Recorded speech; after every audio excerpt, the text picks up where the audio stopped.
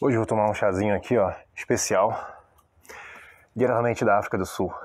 A gente fez uma viagem pra lá e, cara, foi muito maneiro ver o que Deus tá fazendo lá. Olha a Aiko aqui. Tá querendo tomar chá também, é?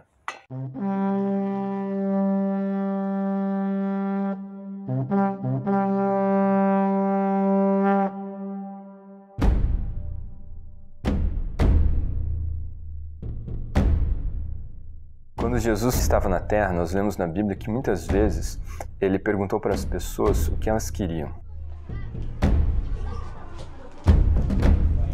E eu fico me perguntando, se Jesus estivesse aqui na África do Sul hoje andando pelas ruas, o que será que as pessoas responderiam?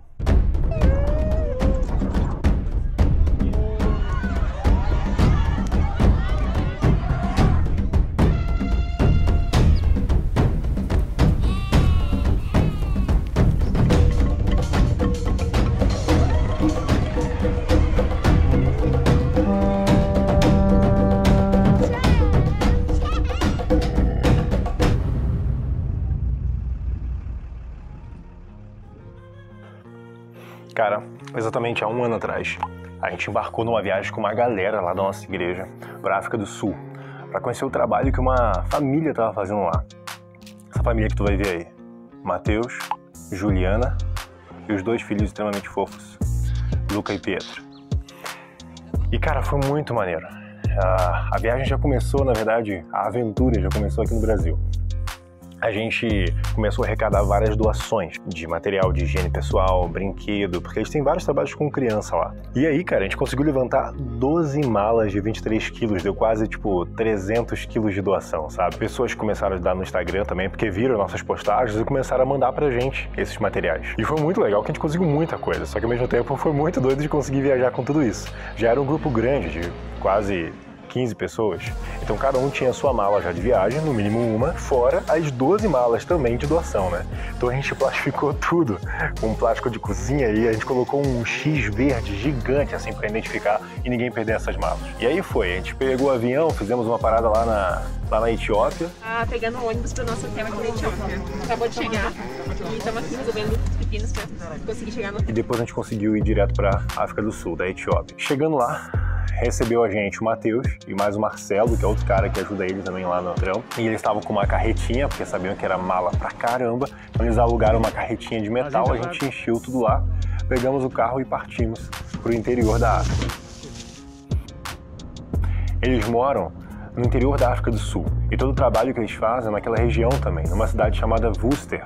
E nas cidades que tem ali ao redor também. E o caminho até a cidade deles, cara, é muito bonito. Você não tem noção. É muita montanha.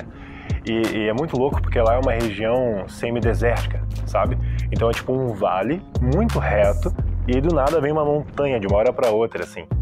Parecia que você conseguia ver aonde terminava o chão e aonde começava a parede da montanha, sabe? E vários babuínos na estrada também, inclusive tinham placas para tomar cuidado com o babuíno, com ataque de babuíno, ou atropelar um sem querer, né? É um pouco diferente do Brasil, né? E, inclusive o primeiro projeto que a gente visitou, que essa família estava fazendo lá, era uma igreja que eles estavam plantando no meio do deserto. E eles levaram a gente em um lugar chamado The Durance, ou algo parecido com isso. Sei lá, é holandês, eu não sei falar. As plantações lá são bem grandes. E aí tem como se fossem vilarejos de trabalhadores dentro de cada fazenda. E eles faziam trabalhos com essas famílias que moravam nessas fazendas e trabalhavam para esses fazendeiros. Foi muito doido. A gente pegou um carro, andamos um bom tempo, acho que 1 hora mais ou menos de carro, e paramos num lugar meio que afastado da fazenda. Pegamos o violão e começamos a andar. E a gente foi andando toda a fazenda, passando em todas as casas. E em cada casa e família que a gente encontrava, a gente ia convidando para essa reunião que ia ter. E foi, andando, solzão na cabeça, a gente andou mais ou menos uma meia hora. E depois desse tempo a gente chegou no lugar onde era feito o culto. E para nossa surpresa, o lugar onde eles faziam o culto era exatamente o ponto de droga daquele lugar. Exatamente isso. Era a boca de fumo daquela fazenda, onde todos os jovens e adolescentes se juntavam para beber, para usar droga, para fazer farra. Era exatamente lá onde eles faziam o culto dele todos os domingos. Eles escolheram aquele lugar, inclusive, como uma estratégia para mudar essa realidade e acabar com essa droga no meio dos trabalhadores. E aí a gente pegou caixa de som, montou lá, começou a tocar música e a galera vai chegando. E não parou de chegar mais gente, cara. Vinha criança sozinha, vinha adulto, a galera vinha com banco de casa, vinha com balde.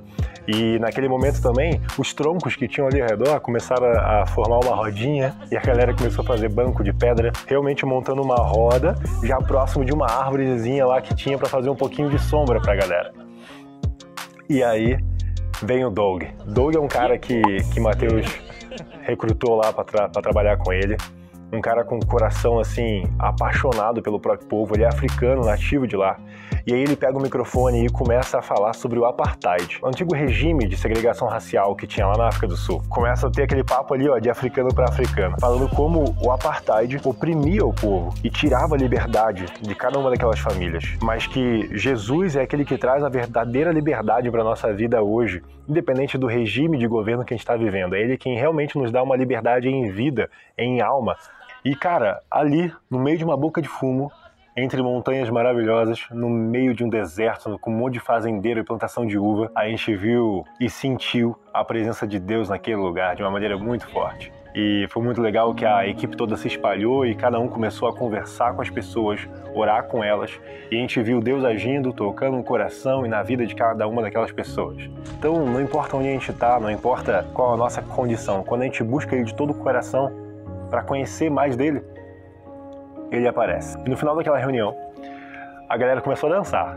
E aí, algo que ficou muito marcado era a ginga deles. Cara, tinha um menininho lá que tinha uma ginga pra dançar, que era incrível, cara. Então foi muito legal de ver eles dançando, eles comemorando. Era muito típico, assim, o jeito que dançava e o jeito que cantava também. E aonde a gente passava, a gente via isso, não só lá nessa fazenda, né? A gente acompanhou também alguns trabalhos feitos em colégios. E a gente foi mais ou menos em uns 3 colégios. Essa família fazia um trabalho de capelania, como se fosse um grupo de mentoria, sabe? Conheciam os adolescentes, as crianças e faziam um acompanhamento de vida. Mas teve um colégio específico que tinha um histórico um pouco macabro.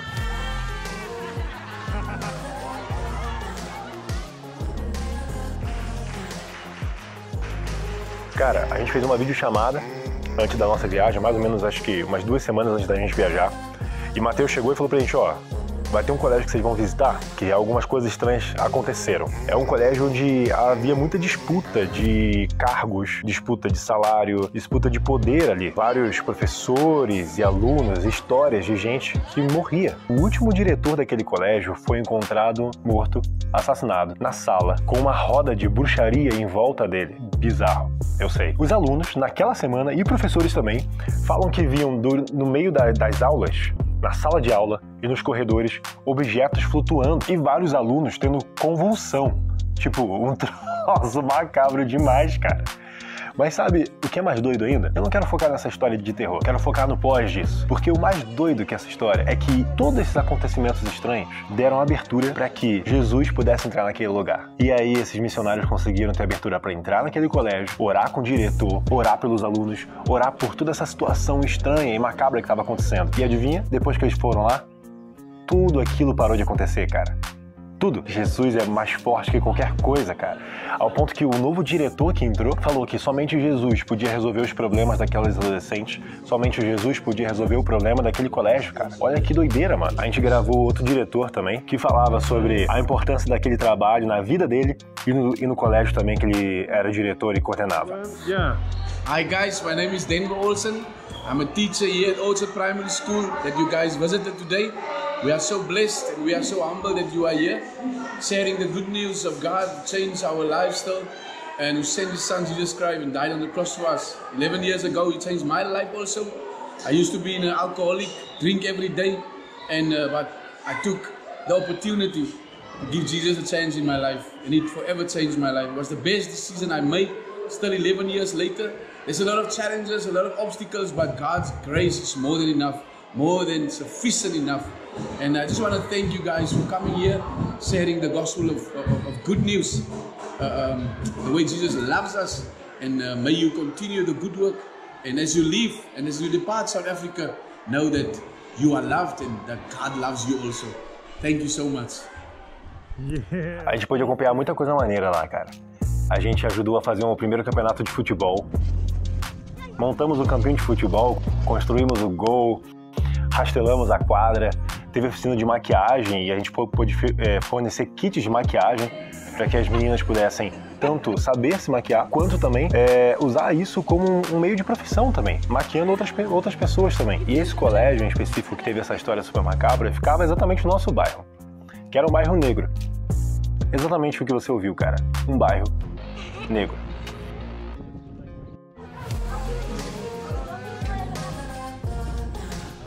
Lá na África do Sul, há um tempo atrás, infelizmente, eles tinham um regime chamado Apartheid. E era um regime de segregação racial, que acabou em 94 só, faz pouquíssimo tempo que acabou. E infelizmente, cara, ainda tem muitas sombras desse passado. Tem muitos resquícios que ficaram desse regime que separava cada uma das coisas da sociedade, das cidades e das leis por raça.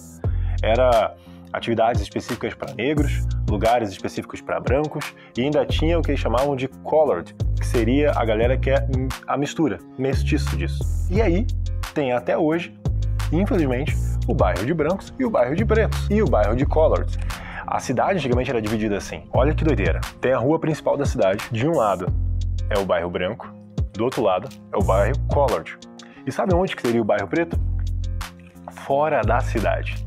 E ele ficava cercado, todo murado, com uma única entrada nesse bairro. E a gente ficou morando lá durante alguns dias, cara. Viver esse racismo e essa cultura, ainda essas sombras desse passado, foi algo muito forte pra gente. Porque é algo que a gente não tá acostumado aqui, sabe? O próprio missionário que foi lá teve essa dificuldade também, porque ele e a esposa são brancos. E eles, de certa forma, no começo, tiveram que escolher com quem fariam essa amizade, com quem fariam esse trabalho, porque é muito difícil você se relacionar com todo mundo e unir essas pessoas. Mas a gente sabe que em Jesus todos somos iguais, né, cara? E não tem diferença nenhuma. O bairro que a gente ficava, uma coisa muito interessante também, que a gente gosta de contar para as pessoas, é que era um bairro de um povo específico. Lá tem várias tribos. E o bairro que a gente estava era uma tribo chamada Xhosa.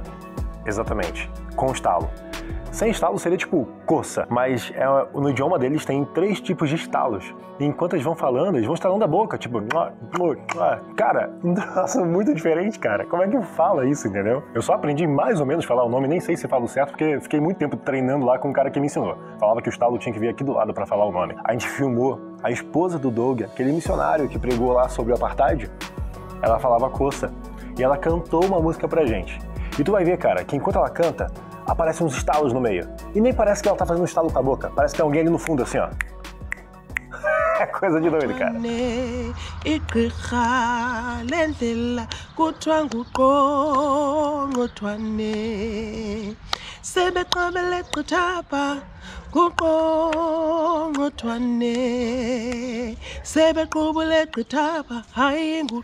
A gente gravou esse vídeo na casa deles, né, em frente à casa deles ali.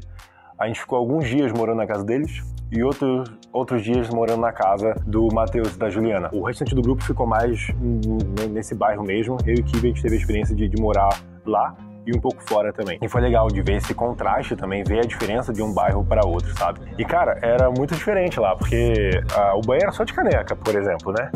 Na casa dele era tipo, tinha um panelão assim, que era o chuveiro, aí você tinha que encher ele de água, levar até o fogão, enchia e ia pro banheiro. E no banheiro não tinha chuveiro. Não tinha água encanada para chuveiro. Tinha água na pia, tinha água em vários lugares, mas não tinha para chuveiro. Tinha uma banheira.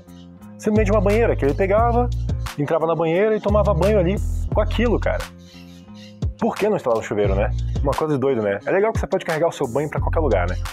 E exatamente na casa deles era onde ficava também a outra igreja que esse casal estava fundando lá, que era nesse bairro negro. Do lado ficava... Vem, Caico. Olha pra cá. Vem. Dá pra câmera ali, ó. Pega. E era bem nesse terreno que ficava a outra igreja, né? Que eu falei. De um lado ficava a casa deles e do outro ficava essa outra igreja. E essa igreja também era diferente. Uma ficava só no deserto, né? No meio de uma boca de fumo. E essa, estranhamente, era uma igreja que só tinha criança. Exatamente, cara. Era tipo o Matheus e a sua equipe de adultos e o restante das pessoas que frequentavam era só criança. E as crianças iam sozinhas. Ninguém levava elas. Era o irmão de 7 anos levando o irmão de 3 anos.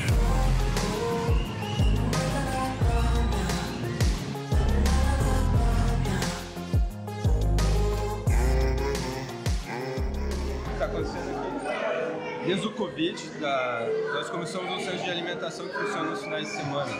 Tá? Porque durante a semana eles ganham um prato de refeição na escola e aí no final de semana a área que nós atuamos, as crianças realmente não têm uma refeição digna no final de semana.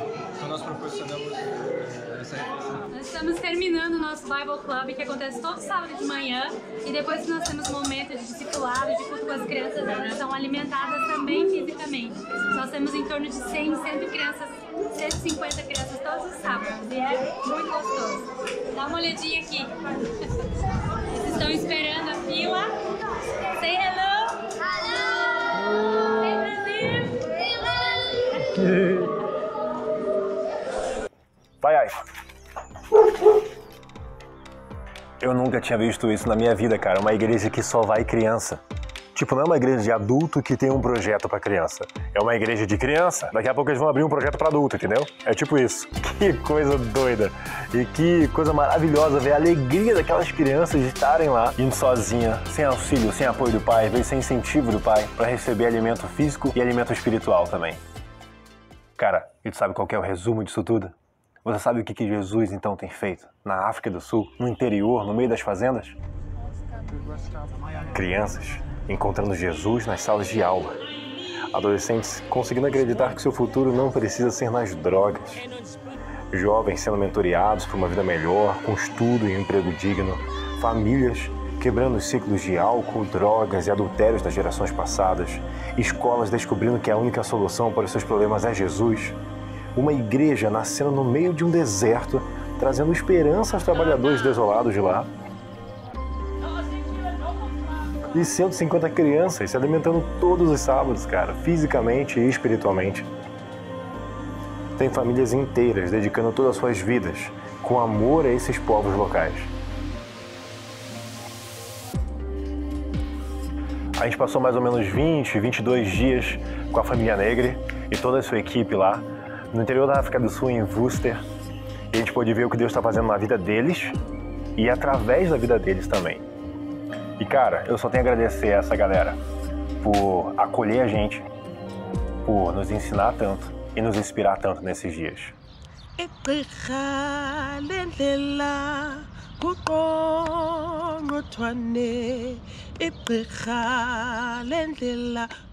nguQongqothwane. Igqirha lendlela kuQongqothwane.